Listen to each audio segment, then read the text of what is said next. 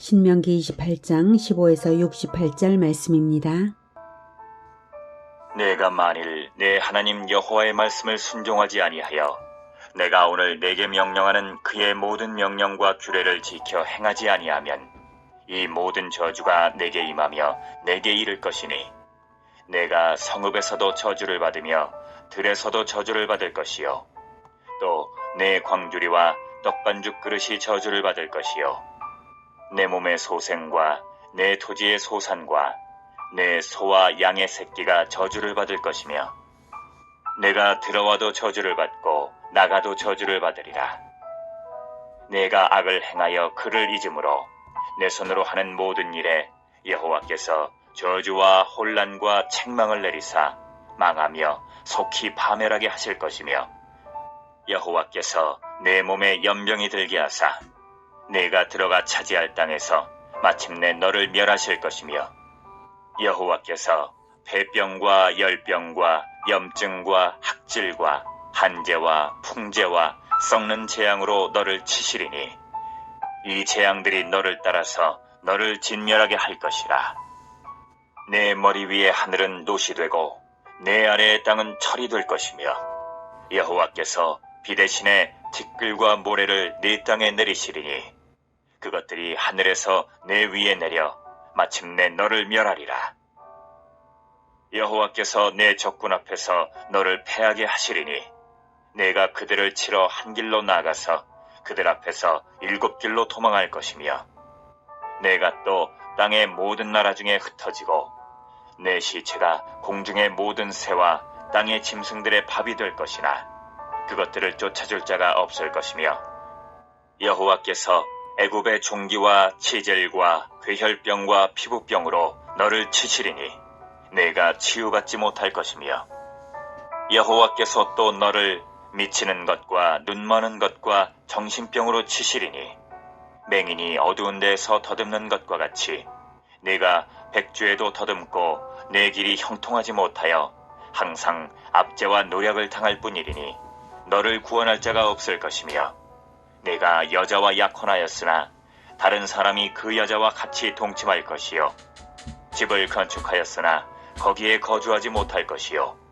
포도원을 심었으나 내가 그 열매를 따지 못할 것이며 내 소를 내 목전에서 잡았으나 내가 먹지 못할 것이며 내 나귀를 내 목전에서 빼앗겨도 도로 찾지 못할 것이며 내 양을 원수에게 빼앗길 것이나 너를 도와줄 자가 없을 것이며 내 자녀를 다른 민족에게 빼앗기고 종일 생각하고 찾음으로 눈이 피곤하여지나 내 손에 힘이 없을 것이며 내 토지 소산과 내 수고로 얻은 것을 내가 알지 못하는 민족이 먹겠고 너는 항상 압제와 학대를 받을 뿐이리니 이러므로 내 눈에 보이는 일로 말미암아 내가 미치리라.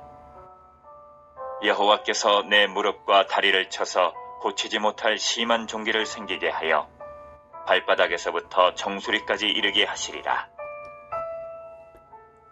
사랑하는 형제 여러분, 3월 26일 금요일 새벽 묵상에 오신 것을 환영합니다. 우선 35절까지 읽었는데요.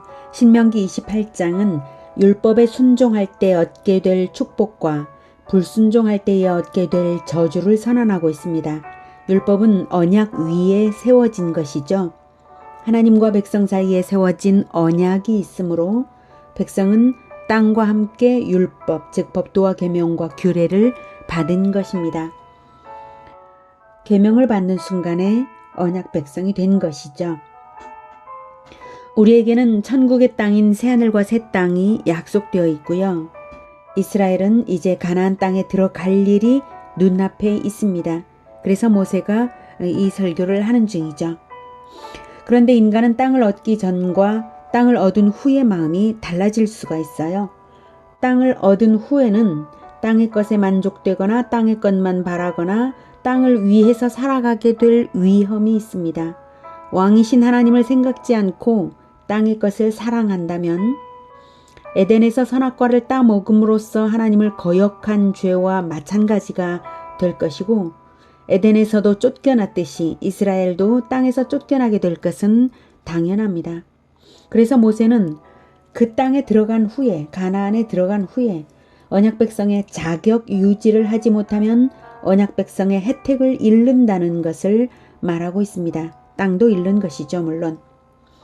사람이 복을 따라간다고 복을 얻는 것이 아니고 사람이 저주를 피한다고 피해지는 것이 아니라 오직 하나님께 순종하냐 불순종하냐에 달려있다는 그것을 말하고 있습니다. 하나님의 율법은 언약서이고 이스라엘은 언약 백성이며 하나님은 언약의 주 되시기 때문입니다. 언약에는 계명 준수의 의무가 있는 것입니다. 땅이 주어졌다고 해서 언약이 성취되고 종료된 것이 아니라 언약 관계의 계속적 유지 자체가 구원인 것입니다. 그러므로 땅의 것을 위하여 살지 말고 하나님과의 관계를 기뻐하며 살아가는 것이 언약 백성의 합당한 가치관이어야 하는 것이죠. 계명을 받는 순간부터 언약 백성의 지위가 시작이 되었고 복은 맡아 놓은 것입니다. 언약 백성 자격 유지의 책임은 백성에게 있는 것이지 하나님께 있는 것이 아닙니다. 인간이 땅의 것에 눈이 멀어 왕이신 하나님을 잊어버리면 왕도 잃고 땅도 잃는 것입니다. 지혜는 땅의 것을 기뻐하는 것이 아니라 왕을 기뻐하는 것이 지혜입니다. 하나님과의 관계를 기뻐하는 그것입니다. 오직 하나님만 계시면 모든 것은 만족되는 것입니다. 오직 하나님만으로 만족하고자 하는 이 관점을 분명히 가져야 비로소 율법이 요구하는 진정한 이웃사랑을 할 수 있고 그 이웃사랑이 하나님 사랑을 입증하는 것입니다. 이스라엘은 그러나 최종적으로는 실패했습니다. 실패한 이유는 하나님의 은혜를 몰랐기 때문이죠. 은혜를 몰랐기 때문에 은혜 없는 율법주의가 판치고 하나님으로 만족된 것이 아니라 자기 만족을 위해서 살았습니다. 율법조차도 자기 만족을 위해서 사용했죠. 자, 그러나 우리에게는 놀라운 은혜가 주어졌습니다. 우리에게는 하나님의 아들의 피가 언약의 피로 뿌려져서 하나님의 언약 백성이 되었습니다. 그리고 하나님의 아들이 하늘과 땅의 모든 권세로서 함께하며 천국 건설의 과정에 함께하십니다. 땅은 맨 나중에 영원히 주어질 것입니다. 새하늘과 새 땅입니다.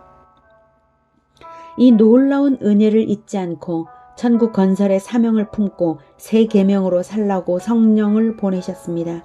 예수님의 이름으로 보내신 성령이 우리 각자 안에 임재하심으로 하나님의 말씀이 깨달아지고 하나님의 율법이 현대의 우리의 삶에 적용됩니다.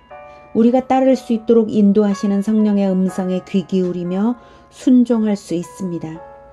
우리에게 성령이 이미 임하셨고 새하늘과 새 땅은 나중에 영원히 주어진다는 사실이 참으로 저는 마음에 듭니다. 이스라엘에게 땅은 이미 주어졌고 성령은 없었던 것에 비하면 우리가 얻은 은혜는 말할 수 없이 놀라운 것입니다. 예수 그리스도의 십자가의 피 흘리심으로 인해 보혈의 뿌리심을 받은 영혼들에게 하나님이 시행하고 계신 구원입니다. 성령은 이미 임하셨고 하나님은 우리 왕이시며 새하늘과 새 땅은 나중에 영원히 주어진다. 하나님께서 시행하고 계신 구원을 누리시기를 바랍니다. 우리의 왕은 땅이 아니라 오직 예수 그리스도십니다. 예수 그리스도 한 분만으로 우리는 만족됩니다. 할렐루야. 자, 본장의 핵심은 2절과 15절이어서 한 번 더 읽고 나서 어제 읽은 25절부터 들어가 보도록 하겠습니다. 2절. 네가 네 하나님 여호와의 말씀을 청종하면 이 모든 복이 내게 임하며 내게 이르리니. 15절. 네가 만일 내 하나님 여호와의 말씀을 순종하지 아니하여 내가 오늘 내게 명령하는 그의 모든 명령과 규례를 지켜 행하지 아니하면 이 모든 저주가 내게 임하며 내게 이를 것이니.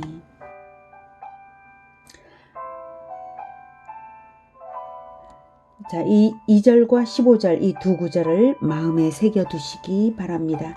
자, 이제 25절. 여호와께서 내 적군 앞에서 너를 패하게 하시리니 내가 그들을 치러 한 길로 나가서 그들 앞에서 7길로 도망할 것이며 내가 또 땅의 모든 나라 중에 흩어지고 내 시체가 공중의 모든 새와 땅의 짐승들의 밥이 될 것이나 그것들을 쫓아줄 자가 없을 것이며. 네. 이 예언대로 북이스라엘 왕국과 남유다 왕국의 역사적으로 실제 이루어졌습니다. 그리고 궁극적으로는 믿지 않는 세상 왕들에 대한 심판으로 최후에 이루어질 것입니다. 요한계시록 19장 17, 18절에는 이렇게 말하고 있습니다. 또 내가 보니 한 천사가 태양 안에 서서 공중에 나는 모든 새를 향하여 큰 음성으로 외쳐 이르되 와서 하나님의 큰 잔치에 모여 왕들의 살과 장군들의 살과 장사들의 살과 말들과 그것을 탄 자들의 살과 자유인들이나 종들이나 작은 자나 큰 자나 모든 자의 살을 먹으라 하더라. 네. 이렇게 하나님을 믿지 않는 세상 왕들에 대한 심판이 최후에 그렇게 이루어진다는 것입니다. 자, 다시 27절로 돌아가겠습니다. 27절 여호와께서 애굽의 종기와 치질과 괴혈병과 피부병으로 너를 치시리니 네가 치유받지 못할 것이며. 네. 애굽은 언약 이전의 삶이죠. 그리고 이스라엘이 떠나온 땅이죠. 그런데 애굽의 질병으로 치신다는 것은 언약 이전으로 네가 돌아가 버렸으니 그런 심판을 피할 수 없다 이것입니다. 28, 29절 여호와께서 또 너를 미치는 것과 눈머는 것과 정신병으로 치시리니 맹인이 어두운 데에서 더듬는 것과 같이 네가 백주에도 더듬고 내 길이 형통하지 못하여 항상 압제와 노력을 당할 뿐이리니 너를 구원할 자가 없을 것이며. 네, 심판은 영혼의 상태가 그러하기에 그대로 돌려주시는 것입니다. 영혼의 상태가 그러하기에 삶의 모습도 그러했고 그래서 그대로 돌려주시는 것입니다. 그러므로 우리가 요한3서 1장 2절에서 말씀하시는 것처럼 사랑하는 자여 내 영혼이 잘됨 같이 내가 범사에 잘되고 강건하기를 내가 간구하노라 하신 그 말씀처럼 먼저는 영혼 관리로서 하나님과의 관계 관리가 되어야 하는 것입니다.